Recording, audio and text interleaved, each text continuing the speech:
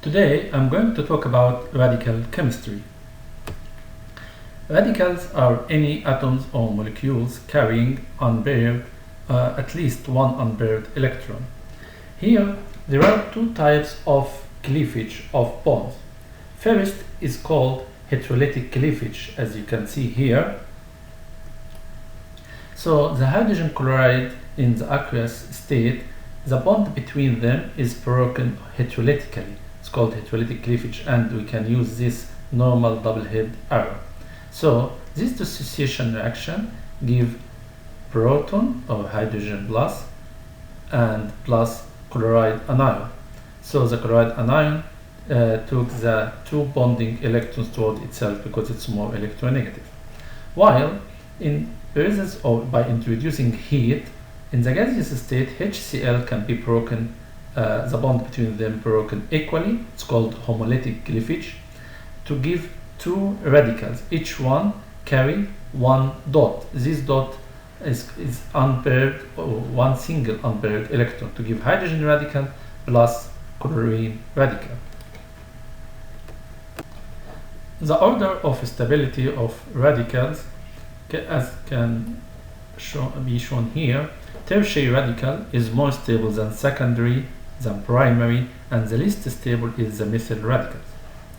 Also, the radical that's adjacent to conjugating groups like allylic radical or benzylic radical are much more stable even than tertiary radical, while vinyl radical, alkenyl radical, and phenyl radicals, all of them are unstable.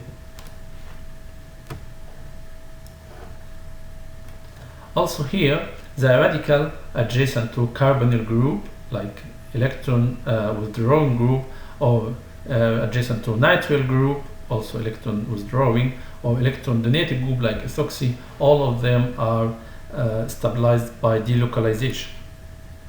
Before we start talking about radical chemical reactions, we need to know first what's meant by regioselective reaction, which is the reaction generates predominantly one possible product over others.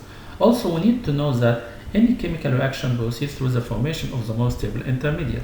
For example, here, if the reaction goes through the most stable intermediate B, so the product C will be formed. But D is less stable than B, so D will not be formed. And this is regioselective reaction, and the product is a regioselective product. Radical reactions can be classified into 7 types. Let's start with the first one, which is chlorination of alkane. For example, chlorine, when react with cyclohexane in presence of light, will give cyclohexyl chloride plus HCl. All of the mechanisms of radical reaction proceed through 3 steps.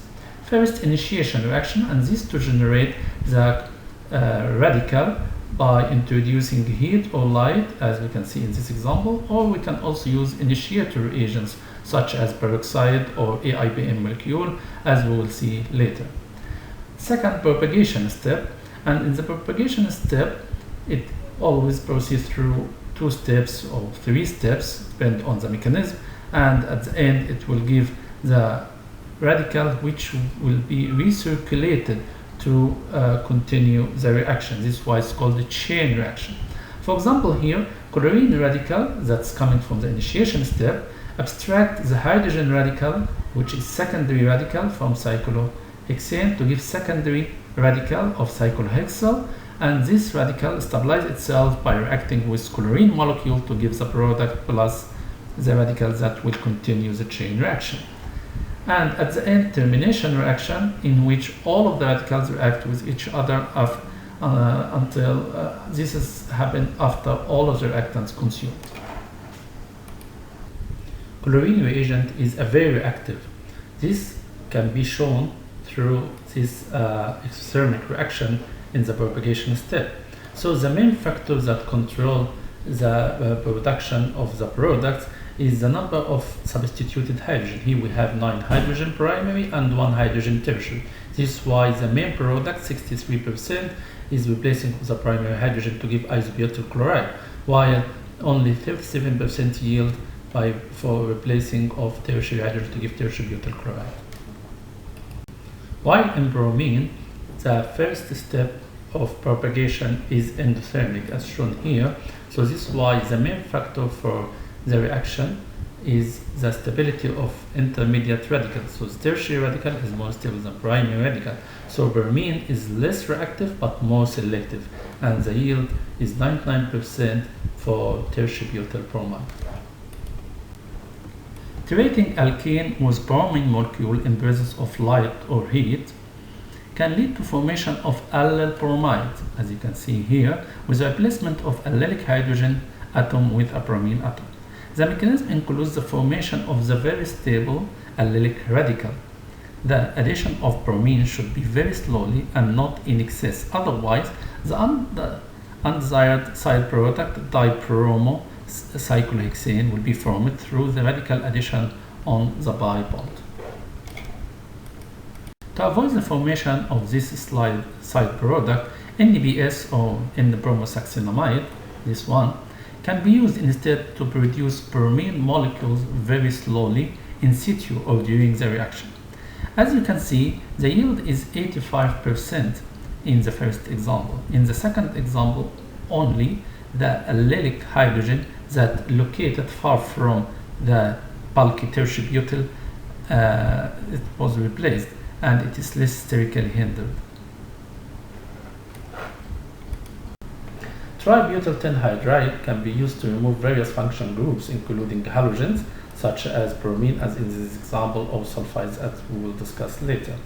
So AIBN and tributyl tenhydride used in combination. AIBN, or also called isobutyronitrile, used as an initiator to abstract hydrogen from tributyl 10 to give tributyl 10 radical.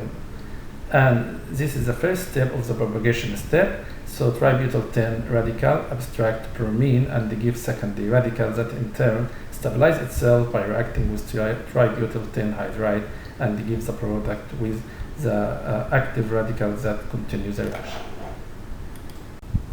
The reaction between hexyl iodide and aquilonitrile in presence of tributyl tenhydride and AIBN displayed the addition of hexyl radical here to the beta carbon atom of aquilonitrile to form this new red bond and form the stable radical, this one, next to nitrile group. Then the radical will take or abstract a hydrogen from tributyl tenhydride to give the product. Similarly, carbon-carbon bond formation can happen intramolecular using the same reagent tributyl tenhydride and AIBN as initiator. The mechanism of the reaction is very similar to the others that shown before, but this time tributyl 10 radical will abstract phenyl sulfide, as shown here, to produce a stable radical next to an oxygen atom. You need to notice that the formation of smaller rings is more favorable than larger ones in radical chemistry. In chemical reaction, after the carbonyl group, this one, receiving an electron from magnesium metal to form ketyl radical, two of these ketyl radicals conjugated together through magnesium ion and bond formation. Then, in presence of acidic condition, it will form the diol. In case of using titanium chloride, the reaction will not stop at diol, but it will suffer from dehydroxylation to form alkene, and this is called McMurray reaction. The product produced from the reaction of HBr with isobutene depend on the condition of the reaction. If we don't use any peroxide, or there is no any peroxide, so the reaction will proceed through the formation of tertiary carbocation to give tertiary butyl bromide, which obey Markovnikov's rule. And this reaction is electrophilic addition reaction.